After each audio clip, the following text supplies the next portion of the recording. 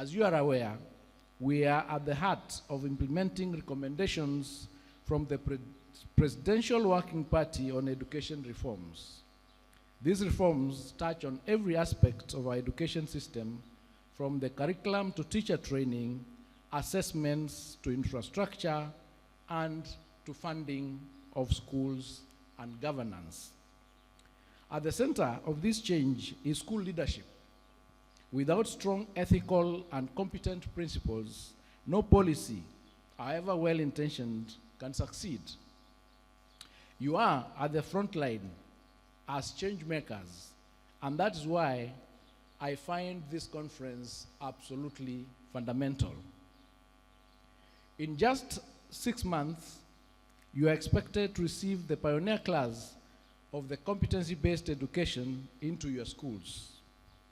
So far, we have successfully rolled out the CBE up to grade 9.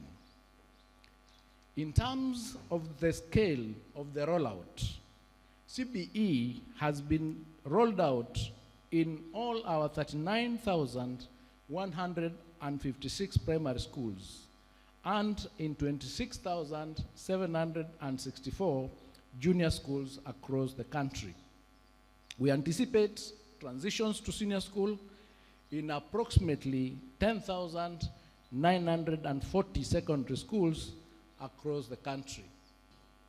But I wish to give government assurance about the state of our preparedness for the transition of our grade 9 learners to senior school next year. And the chair of TSCR said retooling of all our teachers will be done beginning August. I wish to assure the public and all stakeholders that the government is fully prepared for the inaugural transition to senior school.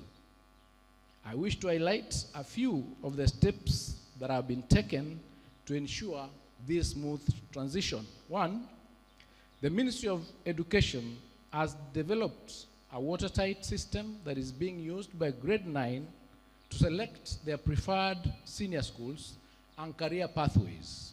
Already, the grade 9 candidates are busy utilizing the system to make their senior school choices, which are being informed by their career pathways, gender, the nature of the school, and location, among other factors. Number two, based on school infrastructure and staffing, the Ministry of Education has categorized senior schools to ensure that each institution would be able to offer pathways that are aligned to their existing facilities. Number three, the process of preparing for the grade 9 national assessment is going on, and results of the summative exercise will be out in time to ensure smooth placements of candidates to senior school. You may recall that senior schools now have an extra classroom, which was alluded to by the chair because of the fact that we didn't have Form 1 this year, that will only be having 3 classes as well. These classrooms are expected to provide extra space in every senior school, enabling us to avoid overcrowding. Ahead of January, ladies and gentlemen, the Kenya Institute of Curriculum Reforms, Curriculum Development will distribute all the necessary reading and learning materials for grade 9. We probably will begin that exercise in October. As you'll be hearing from the Teacher Service Commission, or you've already heard, the government has allocated adequate funds for retooling of senior school teachers to ensure that they are ready for the rollout of CBE in grade 10 next year. And as we prepare for this transition, I call upon you to work with the government to intensify the preparations in terms of infrastructure adjustments, career guidance, and school pathway planning.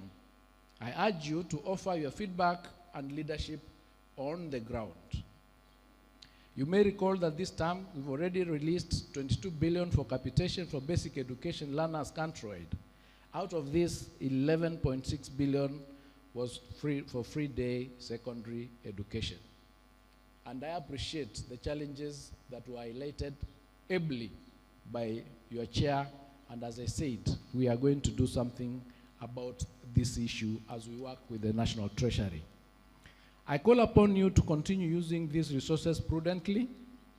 I promise to continue working with all the relevant stakeholders, including the National Treasury, to release all the funds set aside for capitation in a timely manner. We will also continue to work with the National Assembly to ensure that the capitation requirement is funded adequately. For example, this year there was an issue with examinations, but that budget was returned, and the government will fund examinations as usual. As principals, you are expected to embrace the government's push for digital transformation. The ministry is rolling out measures to digitize the education system, including school operations, through the Kenya Education Management Information System. Heads of institutions must lead in the adoption of data management, digital literacy, and ICT. We will support you with the training that is required and the tools that you require, but you need to be at the forefront of embracing this change.